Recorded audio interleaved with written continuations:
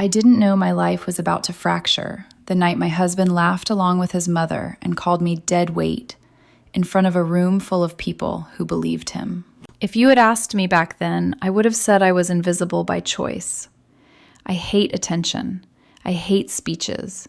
I hate standing under lights while strangers decide who I am based on a title. So when Marcus and I built our company from nothing, two friends hunched over laptops in a moldy apartment, we made a pact. He would be the face, the visionary CEO, the man on magazine covers, and I would stay behind the curtain, the CTO whose code quietly ran everything. No ego, no competition, just trust. It worked better than we ever imagined. The company exploded. Government contracts, 400 employees, a valuation that crossed $180 million before I turned 40. Marcus became famous in our industry. I stayed anonymous.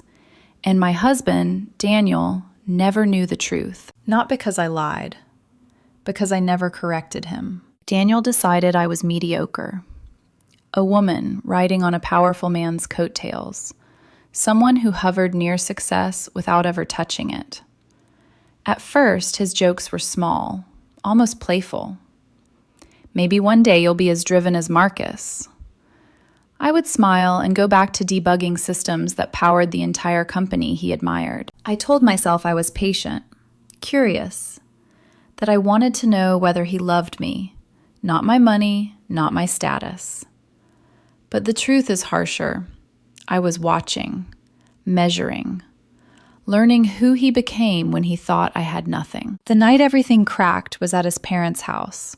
Marble floors, crystal chandeliers, a guest list that felt more like a corporate gala than a family celebration. Daniel had just received a new job offer. His mother raised her glass and toasted him for finally moving up in the world, and, without blinking, thanked him for leaving behind people who drag him down. She looked straight at me. The room laughed. Then Daniel smiled, that perfected, practiced smile. And he said, loud enough for everyone to hear, "Seriously, get a life. Stop hanging around Marcus just to feel relevant. He's successful. You're not." The silence afterward was deafening. I could have ended it right there. One sentence. One truth. Instead, I smiled back, because he had absolutely no idea whose signature was on his future paycheck. And that moment, that quiet decision to say nothing, split my life cleanly in two. If I rewind to the beginning, I can almost understand how Daniel ended up believing the version of me he invented. I'm 34 now. I work in tech, but I've never looked like the stereotype people expect. I don't love networking events. I don't collect followers. I don't talk loudly in rooms so everyone remembers my name. I prefer quiet, clean logic, clean systems, the kind of work that can't be faked with confidence or charisma. When I met Marcus, I was 25 and broke in a way that felt physical. The kind of broke where you ration groceries and pretend you're fine when your laptop fan starts whining like it's about to die. We met at a community coding workshop, one of those free, half-chaotic programs where the instructors are overworked and the students are hungry for something better. Marcus was the opposite of me in every way. Loud laugh, quick charm, a talent for getting people to listen. But he was also sharp, not in the "I'm smarter than you" way, more like a blade that keeps moving, always cutting toward the next idea. The first time he watched me solve a problem on the whiteboard, his eyebrows lifted and he said, half joking, "You're wasted on normal jobs." A week later, he showed up outside my tiny apartment with 2 coffees and a pitch that sounded insane. "Let's build something," he said. "Not an app, not a side hustle, a real company." I remember the smell of old carpet and reheated noodles in that apartment, the cheap folding table we used as a desk, the way the ceiling leaked when it rained. We didn't have investors, we didn't have connections. We had code, hunger, and this stubborn belief that if we built something valuable enough, the world would eventually have to notice. Marcus wanted to sell, I wanted to build. It became our rhythm. Early on, we made the agreement that shaped everything. Marcus would be the public CEO, the face that clients trusted. I would stay invisible, CTO, architect, the backbone. I wasn't hiding because I lacked pride. I was hiding because I hated the noise around success. I wanted the work to speak, not my mouth. The first real contract came from a government agency, an absurd leap that still feels unreal when I think about it. Our system solved a logistics problem that had been bleeding money for years. When it worked cleanly, efficiently, like watching gears finally align. The company grew like fire. Employee number 10 became employee 50. 50 became 200. 200 became 400. Marcus's face started appearing in places I didn't recognize. Magazines, panels, TED-style stages. I'd watch clips sometimes late at night, not because I craved the spotlight, but because I cared about what we'd built. My code, my architecture, my sleepless nights translated into a story he told well, and I was okay with that. Then Daniel came into my life. We met at a friend's birthday dinner, one of those loud restaurants where the plates are too small and everyone talks over each other. Daniel had an easy smile and a way of looking at people that made them feel seen. He worked in finance.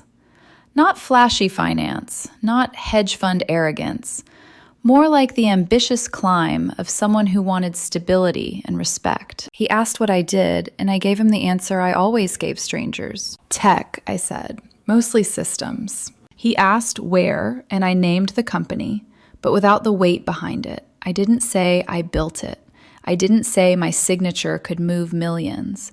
I didn't say there was an executive floor most employees didn't even know existed. I told myself it didn't matter, that I wanted a relationship where I didn't have to lead with power. At first, Daniel seemed to like that I was quiet. He'd tease me gently about being mysterious. He'd pull me close at parties and say, "You're my calm in the chaos." I believed him. When we got married, his family welcomed me in a way that felt polished. His mother, Patricia, was the kind of woman who could compliment you while inspecting you. A warm smile with sharp edges underneath. His father was quieter, more passive. Family gatherings were always performance. White tablecloths, proper posture, conversations that sounded casual but were really about measuring each other. And over time, Daniel started changing. Not all at once, not dramatically, but like erosion. Little comments, little comparisons. "Marcus is doing another conference in Berlin," he'd say, like it was proof of something. Then, after a pause, "What about you? Don't you ever want to do more?" I would swallow the ache and tell myself it was normal. That couples tease, that ambition looks different in different people. But the truth was, Daniel never asked deeper questions. He never wanted to know what I did all day. He built a narrative and then lived inside it comfortably. Me as the lesser one, him as the one rising. And because I loved him, or because I wanted to believe he loved me, I let him. I let the silence grow. I let his assumptions harden. And I didn't realize how dangerous that was until the night Patricia raised her glass and called me dead weight, while my husband smiled like he agreed. After that night at his parents' house, something shifted inside me. Not loudly, not dramatically, but permanently. From that moment on, every small interaction started carrying weight. At home, the jokes sharpened. They stopped pretending to be playful. Daniel would come back from work buzzing with news. Another meeting, another promotion track, another reminder of how well he was doing. He'd pace the kitchen, loosen his tie, then glance at me like I was an unfinished thought. "You know," he'd say, casually, "you could really try harder if you wanted." Marcus didn't get where he is by staying invisible. I'd nod. I always nodded. Not because I agreed, but because I was watching. I noticed how he spoke about success now, how often Marcus's name appeared in his sentences like a measuring stick. I noticed how he talked about me when he thought I wasn't listening, on phone calls with his parents, with friends who laughed too easily. "She's smart," he'd say, "just not ambitious. Each word stacked on the last, building a version of me I barely recognized. What hurt wasn't that he admired Marcus. I admired Marcus too. What hurt was how easily Daniel reduced me to proximity, as if standing near power was the same as lacking it, as if my quiet meant emptiness. His family didn't help. Patricia began asking questions that weren't really questions. "So," she'd say at brunch, stirring her coffee, "do you plan on changing jobs anytime soon? Or are you comfortable where you are?" Her eyes would flicker to Daniel, checking whether he approved of my answer. Sometimes his uncle would chime in, laughing. "Hey, at least you know powerful people. That counts for something, right?" I learned to smile through it, learned how to keep my voice even, my posture relaxed, my dignity intact. But every gathering left a residue, a heaviness that followed me home and sat on my chest late at night. Daniel never noticed. Or maybe he noticed and didn't care. What he did notice was my silence. "You're so calm about everything," he said once, almost suspiciously. "Don't you ever get frustrated?" I wanted to laugh at the irony. I wanted to tell him how many nights I stayed up solving problems that could collapse entire systems if handled wrong. How many decisions I made quietly that affected hundreds of people's livelihoods. How many times my code prevented disasters no one would ever know almost happened. Instead, I said, "I just don't see the point in complaining." And that became another mark against me in his mind. The tension seeped into everything. Conversations became shorter. Affection thinned. When we argued, which happened more often now, Daniel always circled back to the same theme. "You're too passive. You don't push yourself. You hide behind Marcus." Each accusation landed heavier than the last, not because they were true, but because he believed them so completely. And then there was the curiosity, quiet, uncomfortable, undeniable. Part of me wondered how far he'd take it, how cruel he'd become if he truly believed I had nothing. That curiosity scared me more than the insults, because it meant I was no longer just enduring, I was observing, taking mental notes, filing moments away like evidence. The truth sat with me constantly, heavy but controlled. I could end this illusion any time. One sentence, one document, one introduction. But something in me refused. I wanted to see Daniel without the filter of power or benefit. I wanted to know who he was when he thought loving me gave him no advantage, when being kind to me earned him nothing. I didn't realize then how dangerous that test was for both of us. Because once you start seeing someone clearly, you can't unsee them. And I was beginning to see Daniel with terrifying clarity. The moment everything truly detonated didn't happen at home. It didn't happen in a fight behind closed doors. It happened in public, under chandeliers, surrounded by laughter that wasn't meant to be cruel, but cut just the same. Daniel's parents threw the party to celebrate his new job offer. Not just a dinner, a statement. Their house looked more like a museum than a home. Imported marble floors that echoed when you walked. Crystal chandeliers that caught the light and scattered it across the walls. Every surface polished, every detail curated to project success. They invited everyone. Extended family, old friends, colleagues, Daniel's professional network. At least 150 people crowded into that house, glasses clinking, voices overlapping, the air thick with perfume and expensive wine. I stood near the edge of the room holding a glass I hadn't touched. I remember the cold of it in my hand, grounding me. I was genuinely proud of Daniel. He'd worked hard for that offer. I knew what ambition looked like, even if mine lived in quieter places. He looked confident that night, relaxed, at home in the admiration. Then Patricia stood. She tapped her glass with a spoon, smiling as the room slowly hushed. Daniel slipped an arm around my waist, his grip light, almost performative. Patricia raised her glass. "To my son," she said warmly, "for finally moving up in the world." Polite applause followed. "And," she continued, her smile sharpening just a fraction, "for having the courage to leave behind things that hold you back. Dead weight, freeloaders, people who don't push you forward." Her eyes locked on mine. The room laughed. Not cruel laughter, not outright mockery, but the kind that says, yes, we've all thought this. My ears rang. I felt heat crawl up my neck, then drain away completely, leaving me cold. I waited, just a second too long, for Daniel to squeeze my hand, to interrupt, to laugh it off, to say something. He didn't. Instead, he turned to me with that perfected smile, the one he used in meetings when he knew he was winning, and he said, loud enough for everyone to hear, seriously, get a life. Stop constantly hanging around Marcus just to feel relevant. He's successful, you're not. The room fell silent. Not the awkward kind, the stunned kind. Someone coughed. An uncle muttered something about tough love. But no one defended me. No one objected. No one corrected him. Every eye was on me. I felt it all at once, the heat, the pressure, the humiliation, but also something else, a strange clarity, like everything blurred into sharp focus. I could have ended it. I could have said my name, my title, my role. I could have told them that the company they worshipped, the man they praised, the paycheck Daniel was so proud of, that all of it ran on systems I'd built with my own hands. Instead, I smiled. Not weakly, not apologetically, knowingly.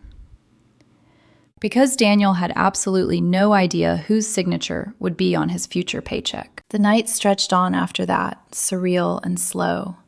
People drifted away from me like I'd become something embarrassing to stand near. Daniel moved through the crowd, laughing, basking in approval, completely unaware that something irreversible had just happened. I stayed quiet. Not because I was hurt, though I was, but because I was done explaining myself to someone who had never wanted to understand me. That night haunted me for weeks, not in the way people expect. I didn't replay the insult over and over. I replayed Daniel's expression, the ease with which he said it, the comfort he felt standing above me. That was the moment I realized. He hadn't changed. He'd simply revealed himself. A few weeks later, Marcus called me early one morning. I was in my home office, knee-deep in complex code, coffee untouched beside me. Her resume just hit HR, he said without preamble. I froze. Daniel applied for the senior financial analyst position, Marcus continued. Credentials are solid. You want me to reject it? I leaned back in my chair, staring out at the city below. Rejecting him would have been easy, clean, justifiable. But that wasn't the point. No, I said slowly. Let him go through the standard process. No favors, no obstacles. Completely fair. Marcus laughed softly. You're playing with fire. Maybe, I said, but I want to see who he is when the rules apply equally. Daniel earned the job. No shortcuts, no influence. 3 weeks later, the offer letter went out. He celebrated that night, convinced he'd finally stepped into Marcus's world. He had no idea he was stepping into mine. And that was when the countdown truly began. Shock doesn't always arrive like an explosion. Sometimes it settles quietly, like dust after a building collapses, coating everything, making the air hard to breathe. After Daniel accepted the offer at Tech Vault, our house felt different. Not louder, not colder, just misaligned. Like two clocks ticking in the same room, slightly out of sync, each second rubbing against the next. He was thrilled, energized. He talked about the office layout, the culture, the prestige of being near real power. He spoke about Marcus with open admiration, the way people talk about legends they've never actually met. I listened. I always listen. Not once did he ask how I felt about him working there. Not once did he wonder what it meant for us. He assumed, comfortably, that I would orbit quietly, as I always had. At work, I stayed invisible. I had a private office on the executive floor, one most employees didn't even know existed. Glass and steel, clean lines, systems humming softly behind walls. I'd personally chosen the architect years earlier, though no one would ever guess. Marcus stopped by one afternoon, leaning against my doorway, grinning. He's downstairs right now, he said, walking through the lobby like he owns the place, still completely clueless. I didn't look up from my screen. Good, I said. Let him be himself. Marcus shook his head. You're genuinely terrifying when you're calm. Maybe. But this wasn't about punishment. It was about truth. I took a walk through the building that afternoon, something I rarely did. I prefer quiet rooms and closed doors. Elevators dropped me to the main floor, and when the doors opened, I saw Daniel at reception. He stood straight, confident, accepting his badge with a practiced smile. His suit fit perfectly. He looked like someone stepping into the life he'd always wanted. He didn't see me. I stayed back among the lunch crowd, unremarkable, anonymous. Watching him, I felt something complicated twist in my chest. Pride, because he'd earned this on his own merit. Sadness, because he was standing inside a world I'd built from nothing, completely unaware. Part of me wanted to walk over and tell him everything right then, but timing matters. So I went back upstairs and buried myself in work. Over the next few weeks, reports filtered in. Daniel was doing well, charming his team, confident. He fit in easily, maybe too easily. Then came the comments. Marcus mentioned them casually at first. Things Daniel said in the break room, jokes about being close to real influence, about finally working near someone who actually mattered. I felt the discomfort settle deep. An email arrived from Jennifer in HR, a woman I'd trusted since the earliest startup days. She never asked questions she didn't need answered. Overheard Daniel today discussing company structure. He said something like, "There's supposed to be another founder, right? Probably just a legal placeholder. Marcus obviously runs everything. Thought you should know." I read it twice. A placeholder. That's what I was to my own husband. Not the architect, not the backbone, just a name on paper.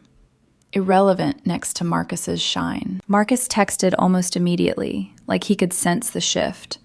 Want me to correct him? Right now? I stared at my phone for a long moment. I imagined Marcus walking to Daniel's desk, dropping the truth like a grenade. I imagined Daniel's face, shock, confusion, the scramble to rewrite everything he believed. It was tempting. But I typed back, "Not yet. Let it happen naturally." Forcing the truth would cheapen it. I wanted him to discover it, to feel its weight without me guiding the fall. Then came the night that nearly exposed everything too soon. It was past 9. The executive floor was empty except for the hum of air conditioning and the quiet rhythm of my thoughts.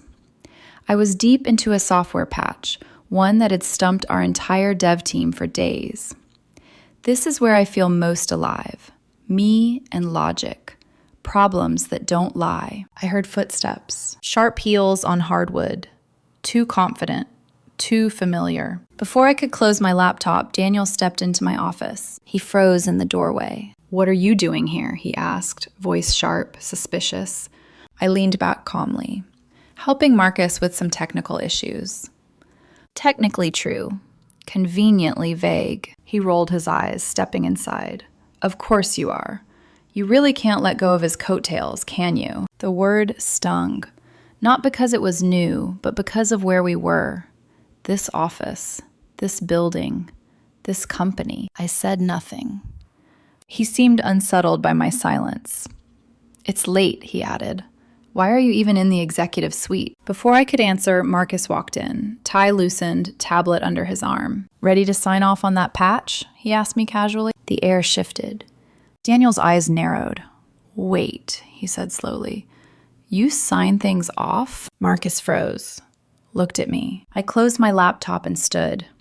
"Just wrapping up," I said lightly. "I'll finish tomorrow." Daniel stared between us, suspicion growing, but I gave him nothing. I brushed past him, caught the familiar scent of his cologne, and left without looking back. I felt his confusion follow me down the hallway like a shadow. 2 weeks later, everything finally cracked. The truth didn't arrive with fireworks. It arrived through a payroll glitch. Marcus texted me first. Payroll issue. HR scrambling. Daniel's asking questions. I leaned back in my chair, fingers steepled, eyes unfocused.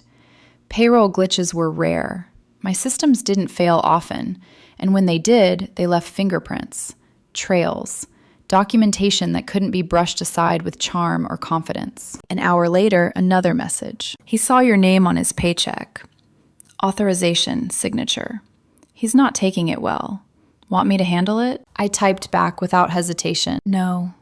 Let it play out. I could picture it perfectly. Daniel at his desk, latte beside him, pulling up his pay stub the way he always did. Careful, meticulous, proud. His eyes scanning numbers, deductions, totals. And then, at the bottom, authorized by my name, Chief Technology Officer. I imagine the confusion first, the scoff, the assumption of error. Daniel never let things go when they didn't make sense. He would dig. By noon, Jennifer's email arrived, flagged urgent. Daniel came into HR demanding to know why your name was on his paycheck. Thought it was a mistake. Asked if there was another person with the same name. I showed him the internal documentation, founding charter, ownership structure, executive roles. He went pale, sat down, didn't speak for 10 minutes, took copies and left. I closed the email slowly. This was it. No confrontation, no dramatic reveal, just facts, paperwork, ink and signatures that didn't care about pride or perception. I walked to the window.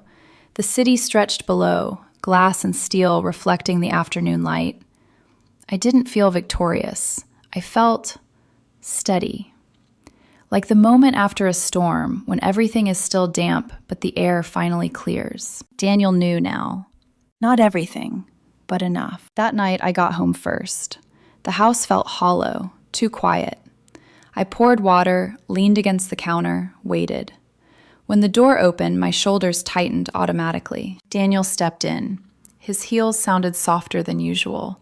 He set his bag down carefully, like noise itself might shatter something fragile. Good day? I asked, neutral. He hesitated. Busy, he said finally. I'm exhausted. Then he went upstairs. He didn't mention the paycheck. Not that night. Not the next day. The silence between us grew heavy but controlled, like both of us were holding something sharp and didn't want to drop it. A week later, the company gala arrived. Marcus had planned it for months, celebrating a massive government contract. I usually avoided events like that.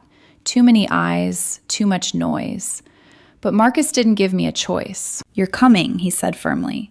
You need to stop hiding. This is yours too. So I went. The ballroom looked like something out of a movie. Crystal chandeliers, live jazz band, waiters weaving through the crowd with champagne. Tech Vault had spared no expense. I wore a simple black dress, tailored, clean, unflashy. For once, I didn't look like the version of myself Daniel had carried around in his head. I spotted him across the room, clipboard in hand, coordinating logistics. He looked competent, focused, like he belonged there. We hadn't spoken much since the payroll incident. He knew enough now to question everything, but he hadn't dared to say it out loud. Marcus found me at the bar. You clean up well, he said, handing me a glass of water. Ready? As I'll ever be. The band quieted. The MC stepped to the podium, voice smooth and practiced. Tonight we celebrate a major milestone for Tech Vault systems. Applause. He thanked the teams, praised the contract, built momentum, then paused. None of this would be possible without the vision and dedication of our founders. Please welcome our co-founder and Chief Technology Officer. A spotlight hit me, my name. The room erupted. Applause, gasps, whispers spreading like electricity. I felt every eye as I walked toward the stage, measured, calm, heart steady. I didn't look at Daniel. At the podium, I kept it brief.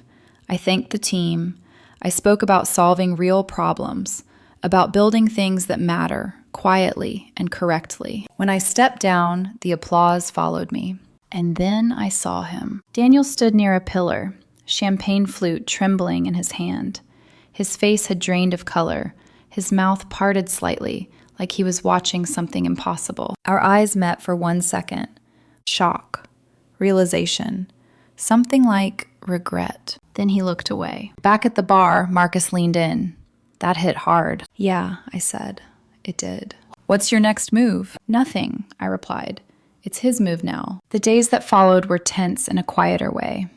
Daniel kept his head down at work. No bragging, no swagger. At home, we moved around each other like careful strangers. Then I did something I hadn't planned. I bought a small leather journal, the kind Daniel used to carry when we first started dating. I wrote a simple note and didn't overthink it. You're talented. You earned your place here. This was never about revenge. It's about truth. I left it on his desk while he was in a meeting and walked away. No speech. No explanation. A few days later, Marcus mentioned something during a check-in. He's been asking about the education programs, he said. The workshops for underprivileged kids. Wanted details. Those programs were my quiet obsession. My way of giving back without cameras. I said nothing. That night, I came home late. The kitchen light was on. Daniel sat at the table, papers spread out, laptop open. The journal lay open beside him, filled with his handwriting. I didn't interrupt, didn't ask. Later, lying in bed, I stared at the ceiling and realized something important. This wasn't reconciliation. It wasn't victory. It was something else entirely. A reckoning. And it wasn't over yet. The lowest point didn't come with shouting or slammed doors. It came with silence. The kind that settles into corners and refuses to leave. After the gala, after the spotlight, after the truth became undeniable, Daniel didn't explode the way I expected. He didn't accuse me of betrayal. He didn't demand explanations. He didn't even try to justify himself. He withdrew. At home, we moved like ghosts, sharing the same space. He left early, came back late. When we crossed paths, conversation stayed practical and flat. Did you pay the utilities? Yes. I'll be late tonight. Okay. That was it. The house felt too big, too hollow. Nights stretched long and restless. I lay awake, listening to the tick of the clock, replaying everything. Not the insults, not the gala, but the years before, the moments I'd brushed aside. The things I told myself didn't matter. I asked myself questions I'd avoided for too long. When did love turn into tolerance? When did patience become self-erasure? When did I decide that being understood was optional? At work, I functioned flawlessly. Code doesn't care about emotional wreckage. Systems don't pause because your marriage is collapsing quietly around you. I debugged. I reviewed. I signed off on decisions that affected thousands of people, but inside I felt scraped raw. One night, I came home to find Daniel sitting alone in the living room, lights off except for the glow of his phone. He didn't look up when I entered. I waited. Nothing.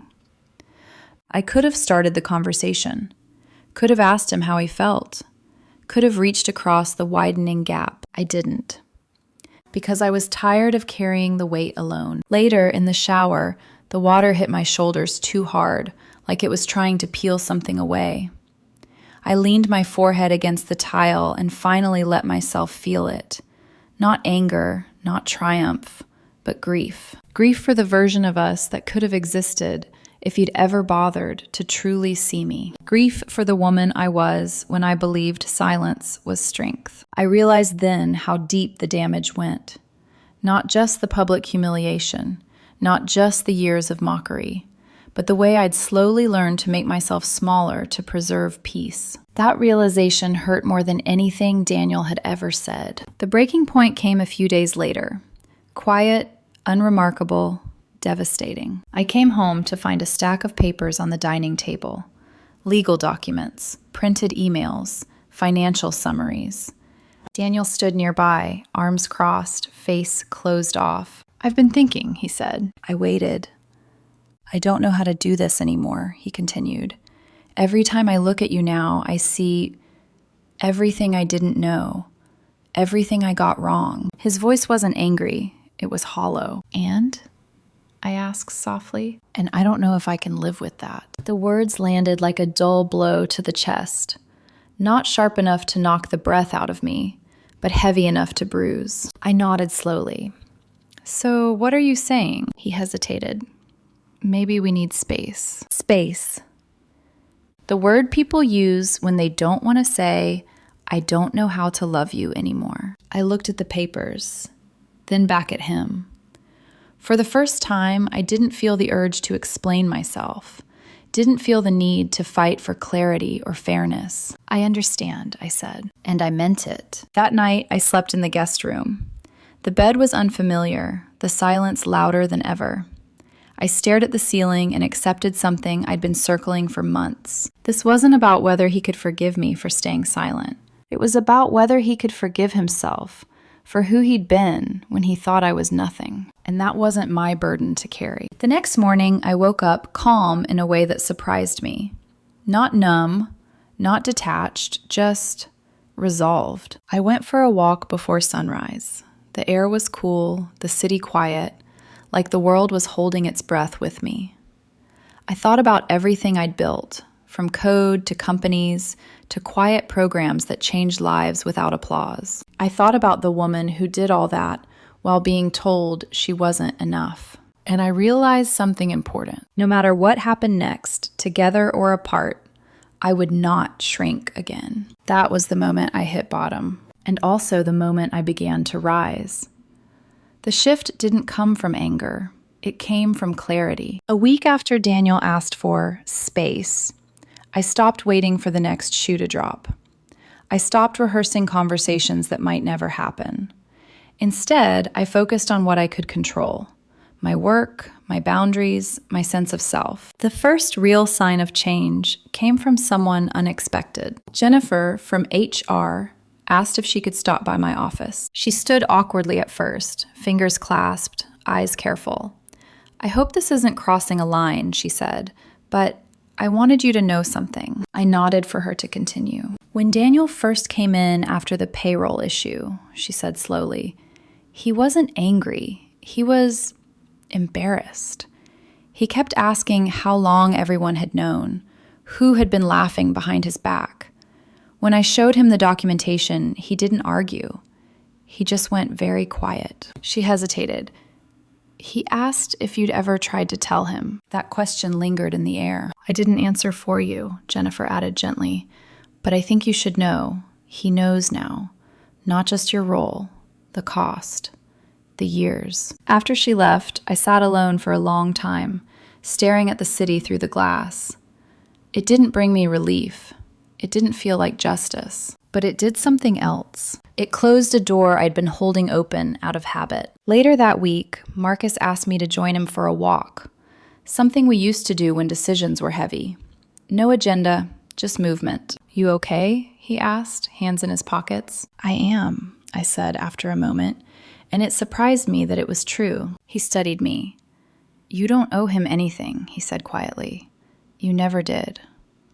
"I know," I replied. I just needed to hear it out loud. The real turning point, though, came at another family brunch, Patricia's favorite upscale restaurant. White tablecloths, soft lighting, the same familiar tension coiled beneath polite conversation. Daniel sat across from me, quieter than usual. His posture was guarded, like he was bracing for something. The talk turned, as it always did, to work. Patricia smiled tightly.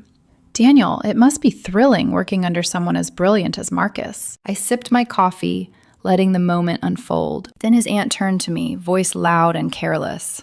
"And you," she said, "still trying to figure out what you want to be when you grow up?" The table chuckled. I opened my mouth out of reflex, ready with my usual deflection. But Daniel spoke first. "He already built it," he said. The room stilled. "Built what?" asked, frowning. "Everything," Daniel continued, voice steady but raw.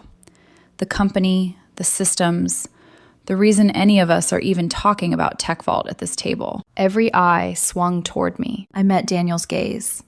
For the first time in years, there was no defensiveness there, no performance, just truth, unpolished and uncomfortable. Patricia's mouth opened, then closed.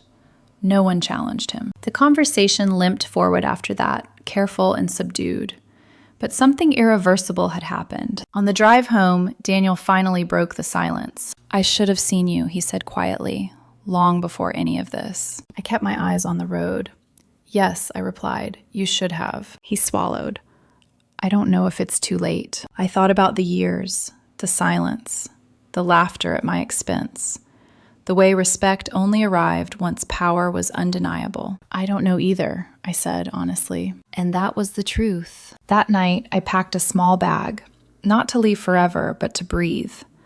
I told Daniel I needed time, space that belonged to me, not to repair us, not to punish him, but to listen to myself without interference. He didn't argue. As I closed the door behind me, I felt something lift. For the first time, my next step wasn't a reaction. It was a choice.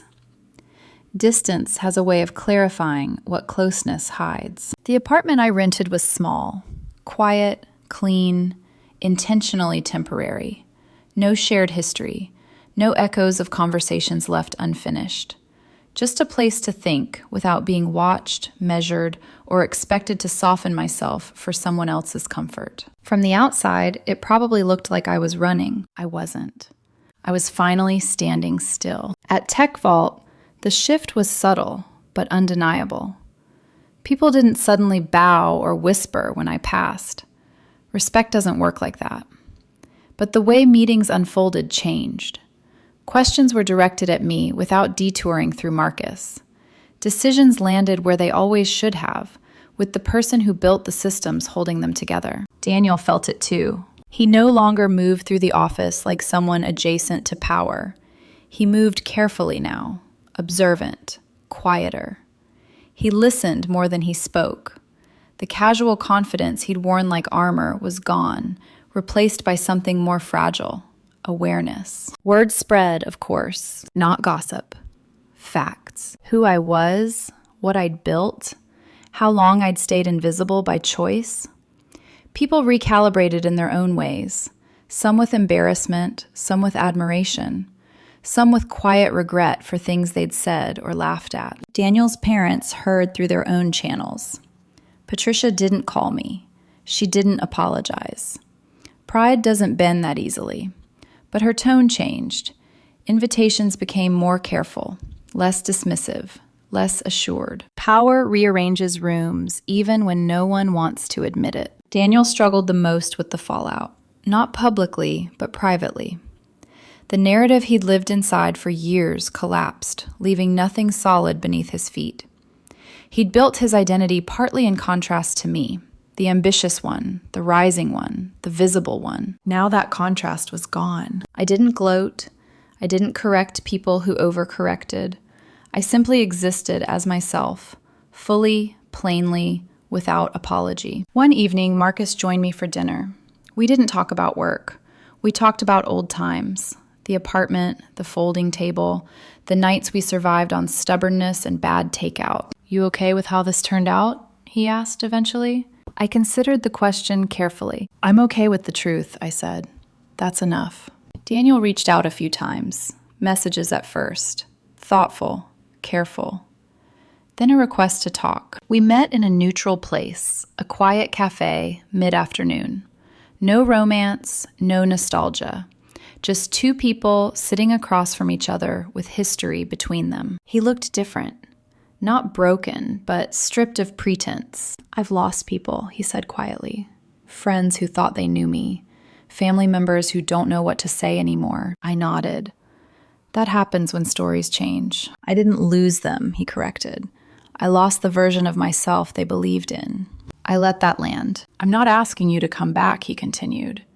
I know I don't get to ask that. I just needed you to know.